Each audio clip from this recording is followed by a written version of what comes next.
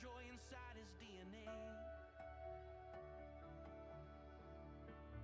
Not a care in this whole world, somehow he understands a deep love. We all need the tenderness you can only find in simple ways. Take me back, closer to your fire. I wanna feel that light again. Give me grace, make it my desire. Shake my world apart. Take me back, closer to your fire. I wanna feel that light again.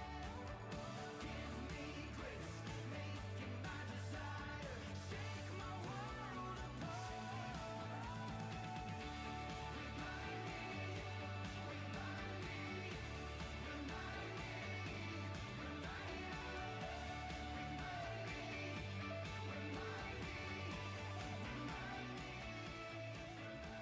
Remind me how to love with the power of a tender heart.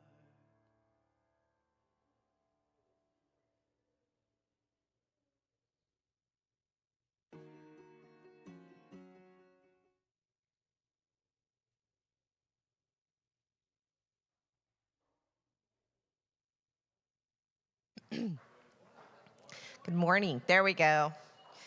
Thank you guys for coming out this morning for our annual town hall meeting. Hopefully this is very informative to you about where we've been in the past year, what we've done, what's happened in the life of the church in the past year, where we're at now, and kind of looking at where we're going to be going. If hopefully you got a annual church report when you came in. So that is the perfect place to go and read through all of the reports from the different ministries to get a full understanding of what has happened in the last year. We're going to hit on some highlights this morning, but I would definitely say go back and read through that because there's a lot of great information in there. So with that, we'll go ahead and jump right in. So just taking a look back at where we've been. You can go ahead and go to the next slide. So really exciting. If you haven't read the financial report, that's an amazing one to read. But just to highlight some of the things, our cash assets are higher than any year in the past, and our liabilities continue to decline. The only debt the church has is for the Vista buildings, and those payments are made faithfully each week. So that is awesome. Our total income for the 2024-2025 church year exceeded the expected budget. That's the second year in a row that we've exceeded our expected budget. And we have underspent in many areas. So all of that is leading to a positive net income for the last church year. So we praise the Lord for that. The amazing thing about that is we also have fewer giving units, but we have higher overall income. So our income is up, again, exceeding what our budgeted amount is. We have less people giving and more giving coming in. So God is faithful in using his people and using their obedience to bless our church, and we're excited about that. We can go ahead and go on. Looking just back at the buildings and grounds and some of the things that have happened in the last church year, we installed the sign for, it's a frame for banners that's out front so that those that are driving by on Monte Vista are able to see when we have special events like for the different events, kids events or all church events that are coming up. We updated the young adults room with a new TV, video player, and blinds. So that's one thing that we're going to hit is that we have a young adults ministry that kind of restarted back up this past year. So we have a room ready for them, and they're able to utilize that. We installed equipment for Wi-Fi access for the scoreboard in the multipurpose building. So if you haven't been out there, there's a big screen, and now we have, we're getting that all finalized. It's not quite there yet, if I recall right, Steve, or is it's good to go? We can keep score now? We can actually keep score now, so that's exciting that building is really coming along and ready to use. We purchased the backlights for the sanctuary stage, a stereo device to improve the YouTube sound, and 3 new lapel mics. So continuing to improve here in the sanctuary and our facilities surrounding our services. We also gained 2 new members for the security team and a new events coordinator. So we have 3 more people serving in those areas, and that is such a blessing, and we're going to be able to utilize them. To have an events coordinator is amazing and will help us with when we have different events that happen here at the church. So exciting things happening around. And there was lots more. So again, make sure you read the report on the buildings and grounds to see everything that they did. So this is in addition to them just maintaining our beautiful grounds and making sure that they look good. For the children's ministry, we had a community Easter egg hunt, Promotion Sunday. We did VBS, the toy maker. We had a back-to-school splash, a fall family festival, the Christmas program, and then, of course, the Sunday morning and Wednesday night classes. And so they cover toddler through 6th grade children. So lots of events for our children this year, and that was exciting to see. Looking at the discipleship and evangelism team, there's 7 active connecting groups that are going on. There's how many? 9? 9 as of now. So that's very exciting. They planned and implemented 12 growth classes. So in that last year, we had 12 growth classes. One of the big things that this team did last year was monitor and implemented practices that kept us in line with the laws associated with AB 506. And we made sure that our volunteers and our employees are meeting and continue to meet the standards that are outlined. So if you have questions about AB 506 and the impact that had to our church, I'm sure Chris would love to speak with you about that. I won't go into all the details, but it did cause some challenges for not only our church, but all of our churches on the district to try to comply and make sure that we're following those rules. And we just appreciate Chris and his team leading that effort and doing all the research and making sure that we were staying within those rules and guidelines. So it's a lot of work, and we appreciate that. They're continuing to do it as things still continue to change. But that was a big thing they did. Go back one more. I missed one, I think. And then they began praying and planning for ramping up evangelism efforts in this new church year. So we're going to see that as we look ahead, that's where we're going to be headed. And so they've been planning and preparing for that. Men's ministry had 3 men's breakfasts and prepared multiple Wednesday night family dinners. They also had the annual men's camp out. The women's ministry, they helped put on the widow and widower's dinner. They had a Bunko Bash fundraiser, so it was the first year of the Bunko Bash fundraiser, and that was a big success for them. Hosted women's retreat, and then also helped prepare multiple Wednesday night family dinners. Looking back at missions, Faith Promise in 2024, we had Bob and Colleen Skinner here. We also raised $1,843.37 for Alabaster in the past year. We were able to send that off. We had 10 banana boxes, which is 60 crisis care kits that we were able to send in from our church to the district to be gathered with all the rest of the crisis care kits and ready to use when needed. We purchased 14 memorial roll certificates, and so if you want to know more about what that is, you can ask Mom, Johnny, and she can talk to you about what those are, but 14 of those were purchased, and total for last year, $62,426.95 in missions giving in the past church year, which is incredible. So amazing things done on the mission side of our church. Okay, the youth was busy. In fact, they're busy right now. I don't even know. Oh, there's some that are in here now. But they're making burritos for the burrito fundraiser today. But I think their report is like 3 or 4 pages. I mean, they have got stuff going on, and so it's super exciting. But just some of the things is, of course, they have their Wednesday night and Sunday night gatherings and studies. They had 3 Christian film nights. So really super cool. In the past year, there was 3 Christian-based films that came out, and they were able to go to the theaters and support those Christian-based films. So they participated in that. The burrito fundraisers, the annual spring banquet, if you've noticed, it's moved from Christmas to spring. The Denair High and the Turlock Christian Baccalaureates that were hosted here. They had Elevate, they had Central California District Summer Camp, various water nights. They started the young adult ministry again, so that's that college and career age got going again. They participated in the summer of service that our church did. They participated in the Joyful Noise worship nights. There might be more than one of those. I can't remember if there's one or two. They had the Candy Cane Olympics. You should ask them about the Candy Cane Olympics. That was a fun time. Christmas party, Central California District Winter Camp. They also helped prepare the Wednesday night family dinners, and they had youth takeover services. So they have been very busy and will continue to be very busy. I hope you're also seeing the theme that how many of the different ministries are helping to prepare those Wednesday night family services. That is key to making those run successfully, and we appreciate all the different ministries stepping in and helping run that.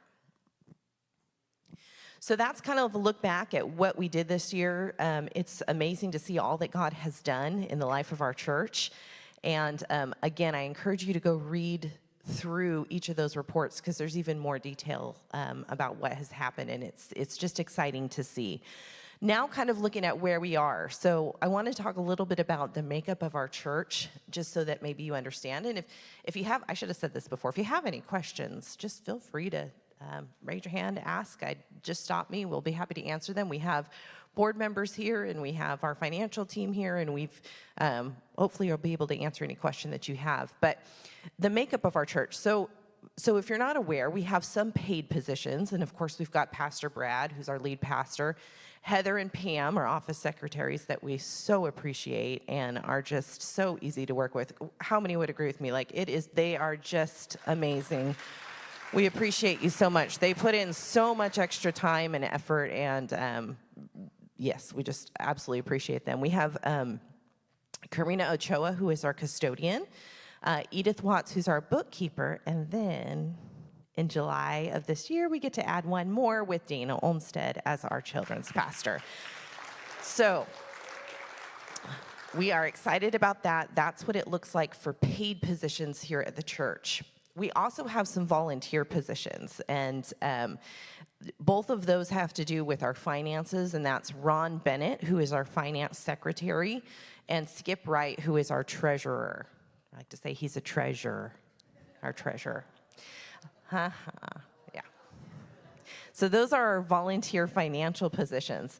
We also have presidents. So we've got our NDI presidents, that's Chris Alonzo, and our NMI president, and that's Johnny York, and then our NYI president, which is Christy Lundquist. So the presidents are the ones who also sit as part of the board, but they are elected as the president of their different area. And then we also have directors of some of the different ministries. So we've got Dana, who's currently working as our children's director. Of course, then she'll become the children's pastor. Steve Chambers, who is the men's ministry director. Trina Carnes is our women's ministry director. And Chuck Freeman is our CPO ministry director. So just so you're aware, how it works is that we have at board meetings, when we talk about the board, our presidents are part of the board. Your elected board members are part of the board. And then the pastor positions come to the board. I'm saying that correct. The pastor's position. So it would be you and Dana will attend the board meetings. Yeah, you're the chair of the board. You have to be there. It's important. What was that? Yeah. So any questions on that? All clear on that? Okay, so we can move on. Sure. On the church, once the church board's elected, there's those that have the NDI, NMI, NYI responsibility, but then I take the rest of the board members, there's 9 of them, and I assign them or ask them which team they would like to serve on. And I'm gonna have you do this because it's recorded, so people will be able to hear you. And so I try to line people up with their area of giftedness and passion. And having said all that, we asked Jeff Lambert to consider being our compassion and outreach director, which we haven't fully gotten off the ground yet. CPO ultimately will come under that. And so Jeff has agreed to do that. And we had an initial meeting with a few key persons that will be on that team, and he and those folks are going to be recruiting people who would have an interest in helping us with compassion ministries as well as outreach ministries. So evangelism and outreach, they're kind of the same, but we're kind of separating them.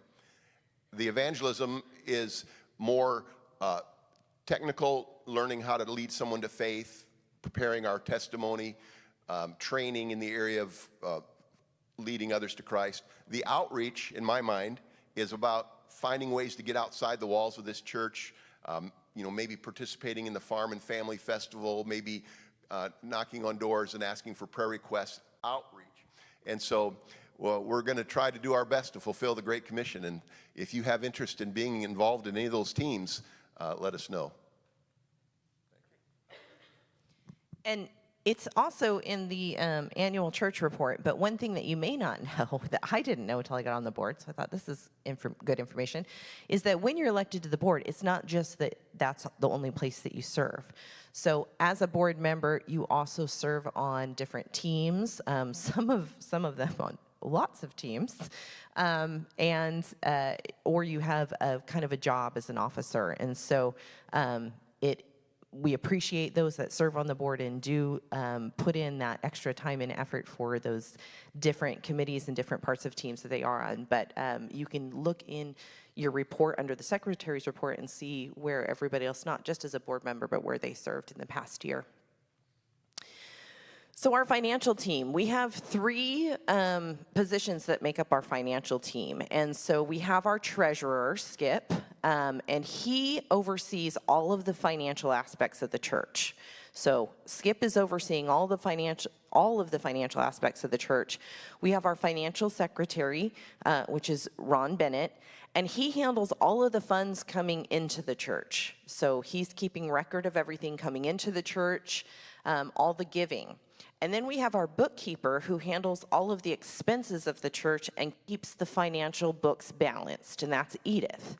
So between the 3 of them, they're working together for all things financial related. And how appreciative are we of them and everything that they do? Lots of hours. I'm not an accountant, so it doesn't sound like a fun job. Maybe, I don't know, Ron, maybe you love it. You do great. Glad you have that gift. But and Edith probably too. He likes to make things make sense and be in order. We're appreciative that you have that gift and enjoy doing that. So one thing that you should know is that total personal giving is only visible to the financial secretary. So Ron is the only one who sees that when you talk about your personal giving in tithe and what you're giving in. That's what Ron will see.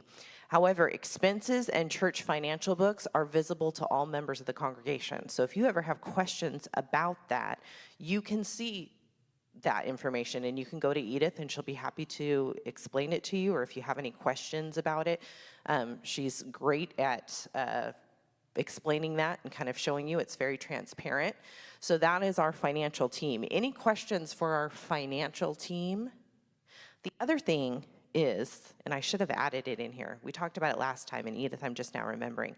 If you have questions about what you read in the bulletin at the bottom where it talks about where we are in our finances, I don't have a bulletin here, go see Edith because she can explain it to you much more eloquently than I can, and you can understand what you're looking at each month because it can sometimes be a little bit confusing or possibly misleading, but she can explain that to you, and I would recommend it because we'll make sure to add that next year so that we have a slide on that.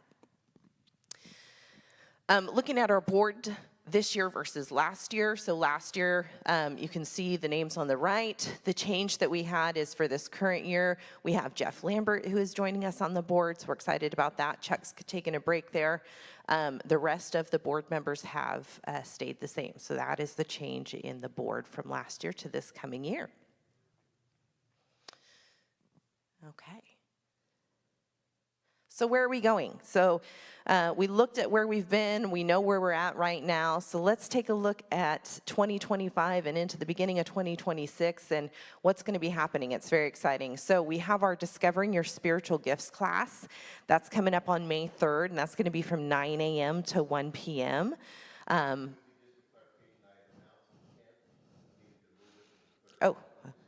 it was announced as the 10th. It's been moved to the 3rd. So mark your calendar. May 3rd, you're not going to want to miss that. Make sure if you've never done that, haven't figured out, you do want to know what your spiritual gifts are. And so make a note of that, 9 to 1 on the 3rd. As I mentioned before, we have Dana Olmstead coming on staff full-time as the children's pastor in July of 2025. And so to be able to have her full-time focus on our children's ministry is just going to be amazing. And I know that Pastor Brad's excited to have another staff person and to be able to utilize her and her strengths in various needs for the church. We have our summer of service that's coming again this summer. We have personal evangelism training. So that's going to be coming in 2025, along with training for one-on-one disciple making. So be on the lookout for that. We have continued conversations about creating a park-like atmosphere on our campus. So if you're not aware, it's kind of our dream list. We have a dream list and we talk about it during board meetings, and we can add to it, and we can kind of just keep dreaming about what does God want to do with this property that we have, and what do we want to do to make this a place where people can come and meet Jesus and feel the love of Jesus. And so we have continued conversations about that. We have Upward Sports that we're looking to start, but we need some leaders for that. And so that's something that we would love to have start in 2025. And so if that sounds like something you'd be interested in, make sure you talk to Pastor Brad about that. But that is something that we'd be excited to get going. We have the formation of the Compassion and Outreach team led by Jeff Lambert that Pastor was just talking about. So that's exciting that we have a new team that is coming together. But we also have the formation of a congregational care team, and that's going to be led by Becky Watts. And so we're excited about that. Another opportunity, if that sounds like something that you would want to participate in, or sounds like that would be something you would be gifted at and could join Becky and that team, make sure that you talk to her about it. I know she'd be happy to talk to you about possibly joining that team. We also have spiritual renewal services with our general superintendent. How do you say his first name? JK. I was going to say, I've only heard you say JK, and when I put this together, I'm like, okay, JK Warwick. Yeah. That's going to be October 24th through the 26th. That's going to be an exciting time for our church, and so we're looking forward to that. We have continued discussions about how to be good stewards of that which we have been blessed. As we talked about in the financial report, God has blessed our church financially, and we want to be good stewards of that, and we want to utilize those funds the way that God would have us utilize them. And so we have continued discussions about that.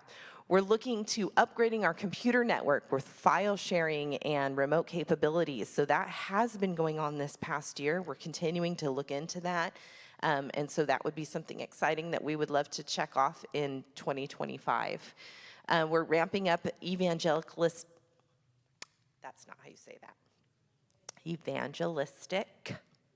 efforts of the discipleship and the evangelism team. That's not the team for me, apparently. I can't say it. There's going to be a youth room makeover. I believe it's kind of in progress. We've been talking about it, but like to check that one off in 2025. That's exciting. Just getting outside of the walls of our church and into the community in which God has placed us, and what are the opportunities that we have to do that as a church. We're looking forward to that in 2025. So that's what we have kind of on the horizon. It's kind of, like I said, a look back where we are and where we're going. Again, all the information is in your annual report. While you have your board members here, your presidents here, financial team, are there any other questions? This is a great time to just ask your questions so we can get them answered. Yes, sir. I would like to see Pastor John get credit for doing a wonderful job. Pastor John is just, we just love him. I agree. We have been incredibly blessed to have a pastor in our midst, Pastor John, who has been able to step in and fill our pulpit whenever is needed, and we just enjoy his preaching and his heart and his humor. And so we are very thankful. What was that? No, I've heard. My kids, for sure. So, yes, thank you very much. We appreciate that. It's a vital part of our church and helping it continue to run smoothly when pastor needs to be away on a Sunday. And so we're incredibly blessed to have Pastor John, and we thank him. Any other questions or comments? No? Okay. Well, then that's all that we have. If you're talking to anybody today and they missed it, it is going to be online. They can watch this online, and we'll put the annual report on the website. So, yeah, then I think that we're done. And thank you guys for coming this morning.